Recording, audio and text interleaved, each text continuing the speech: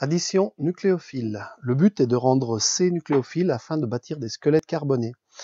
Alors, pour rendre ces nucléophiles, alors qu'il est par essence électrophile, on va l'associer avec moins électronégatif que lui. Alors pour ça, on va faire une liaison entre le carbone et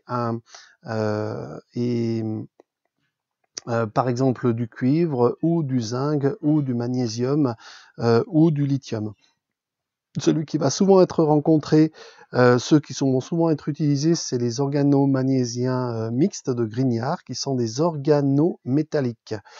Alors, on fait réagir un RX avec du magnésium dans une solution éthérée avec de l'éther diéthylique, du DME, etc.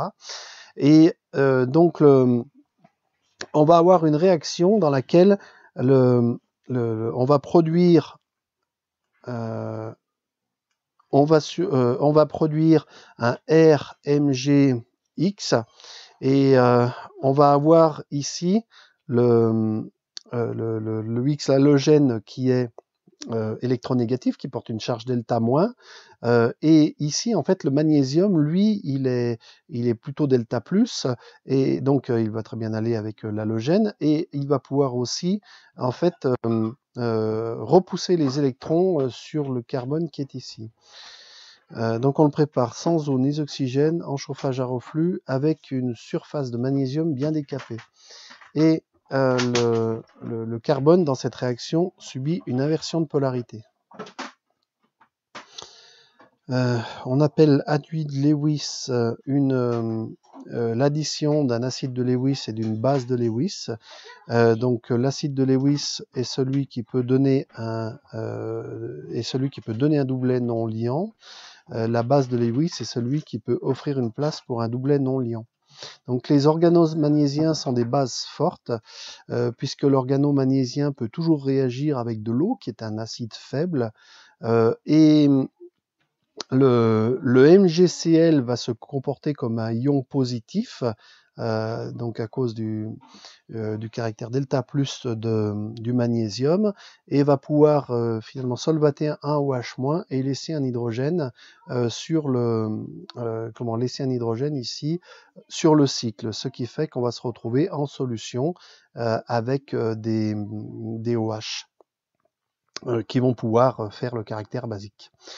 Nomenclature d'un organomagnésiien, donc par exemple BrMgEt va s'appeler du bromure d'éthyle magnésium, et là c'est Cl, pas Mg, pas Mp, double CCH3, on reconnaît ici, ça serait du propyle, donc le radical c'est le propinyle, et ça serait du propinyle, et donc ici ça nous fait du chlorure de propinyle magnésium. On peut faire une addition nucléophile sur un C à double liaison O. Dans ce cas, le carbone du groupe carbonyle est électrophile. Donc on a une forme mésomère pour ce carbone en O, avec l'atome d'oxygène qui prend l'électron et puis qui laisse ici finalement un doublet libre, et qui laisse ici une case libre, une absence de doublet non liant, chargé plus, qui va pouvoir être attaqué par le doublet non liant qui relie le R au MgCl pour faire un R qui s'attache sur cet ensemble-là. Ensuite, quand on est en milieu acide, on va avoir ici l'ion H+, qui va venir se greffer sur le CH2O-. On va moins... Avant, ça se faisait parce que les électrons étaient repoussés par le MgCl, alors que maintenant, comme on passe avec un squelette carboné qui n'a plus cet effet, le H+ va pouvoir se remettre dessus et on a formation d'un alcool. Donc ça, c'est si on part du méthanal au départ. Si on part d'un autre aldéhyde avec un radical, eh bien, on va se retrouver avec à peu près le même phénomène, sauf qu'au lieu d'avoir un CH2 ici, on a un CHR'. Donc on fait un alcool secondaire. Et enfin, si on part d'une cétone, on va avoir donc une cétone avec le O qui est au milieu de 2 R', eh bien on va avoir formation d'un alcool tertiaire avec le OH ici et les 3 groupes R qu'on avait au départ, le groupe R et R seconde qu'on avait au départ, et puis le groupe R et R seconde qu'on avait au départ, et le groupe R qui est venu se greffer là-dessus. Au niveau stéréochimique, comme la liaison, double liaison oxygène est dans un plan, il y a équiprobabilité et on a formation d'un mélange racémique. Sauf si une face est encombrée, l'autre est privilégiée. La réaction devient alors stéréospécifique. H+ n'est pas indispensable sur le papier, mais en milieu basique, en fait, on formerait des précipités de magnésium, donc un hydroxyde de magnésium, MgOH2, et on devrait filtrer. En milieu acide, seule une extraction liquide-liquide est nécessaire, car Mg2+ serait dans ce cas-là en solution. Alors les trucs pour faire cette synthèse, il ne faut pas chauffer, voire refroidir, pour éviter que l'alcool formé ne se déshydrate et fasse une bêta-élimination. On peut aussi neutraliser la solution avant de vaporiser pour éviter les réactions parasites. Et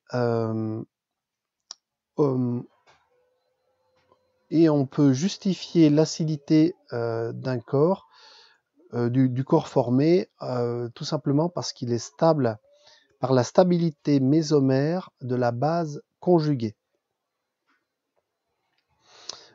Et quand on doit expliquer pourquoi un corps est acide, et donc libère son proton, on peut l'expliquer en disant que sa base conjuguée va être stabilisée par effet mésomère. Voilà.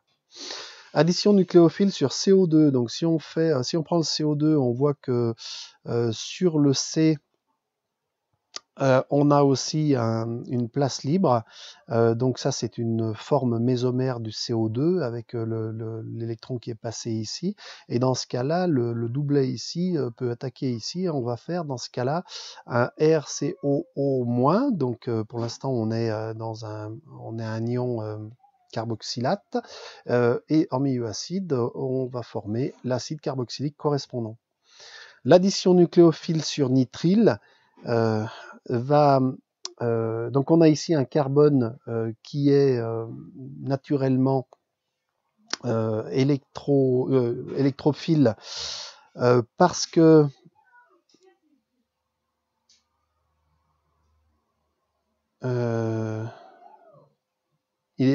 parce qu'il est chargé plus, parce que ici on a le N, et ça c'est aussi une forme mésomère, parce que d'habitude on a la triple liaison, mais on peut avoir une forme mésomère, le N prend un doublet en plus, et donc le carbone se retrouve chargé plus, et dans ce cas-là, on a cette liaison qui attaque ici, donc on va avoir un R1N R2 avec formation du MgX.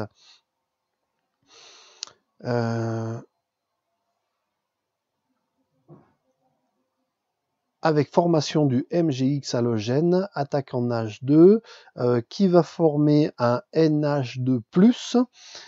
On a une réorganisation mésomère avec le doublet non-liant qui repart sur le NH2+, et donc qui va laisser sur le carbone ici une place pour un doublet non-liant. On va avoir double réaction avec les molécules d'eau, le O qui va venir se fixer dessus, et le proton qui va ici pouvoir le doublet non-liant, le proton qui va pouvoir se fixer au doublet non-liant, le doublet non-liant qui va fixer le proton. Et dans ce cas-là, on a formation du R1, R2, C, avec le OH d'un côté et le NH3+ de l'autre. Tout ça n'est pas encore stable puisque on va avoir le doublet non liant de l'oxygène qui passe ici en double liaison sur le O, et du coup le NH3 le NH3+, qui va faire un doublet qui va capter l'hydrogène, l'oxygène qui est là. Et finalement, ce qu'on obtient après tout ça, c'est une cétone en milieu acide avec l'ion NH4+, qui va à ce moment-là se dissocier de tout ceci. Oui, puisqu'on a ici... oui, le NH3 ici, il n'aurait plus fallu dessiner cette liaison, puisque le NH3, si cette liaison ici est reprise sur celui-là pour faire le NH3 bar, avec le O, il est libéré de la molécule et on n'a plus qu'un R1, R2, CO, qui est une cétone. Alors on appelle le couplage de Wurtz une réaction secondaire indésirable, puisqu'on a un RBR qu'on fait agir sous Mg. On va faire un RMGBR, mais l'halogéno-alcane peut réagir lui-même avec l'organo-magnésien, c'est-à-dire que le doublet non liant peut directement rattacher le R et ici le doublet non liant repartir sur le BR, ce qui fait qu'on va former un composé ionique de magnésium bromure et de bromure avec la formation du squelette RR. Alors que ce qu'on veut faire généralement, c'est rajouter un R sur autre chose. Donc, analyse rétrosynthétique. Quand on a une molécule à synthétiser, on va regarder les liaisons carbone-carbone susceptibles d'être formées à partir des réactions entre réactifs de Grignard. Si on a du méthanal, on va faire un alcool primaire avec un OH. Si on a des aldéhydes, si on a un aldéhyde autre que le méthanal, on va faire un alcool secondaire. Si on part d'une cétone, on va arriver à un alcool tertiaire. Si on part de CO2, on va arriver à un acide carboxylique. Et si on part de nitrile, on va arriver à une cétone ou un aldéhyde. Voilà, donc l'organo-magnésien réagissant avec l'eau va donner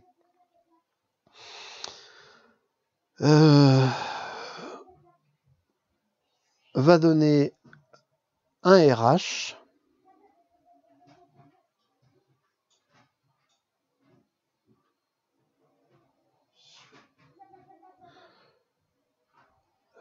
Ce graphique, on ne va pas le commenter. Alors, addition nucléophile, addition électrophile. C'est l'hydratation d'un alcène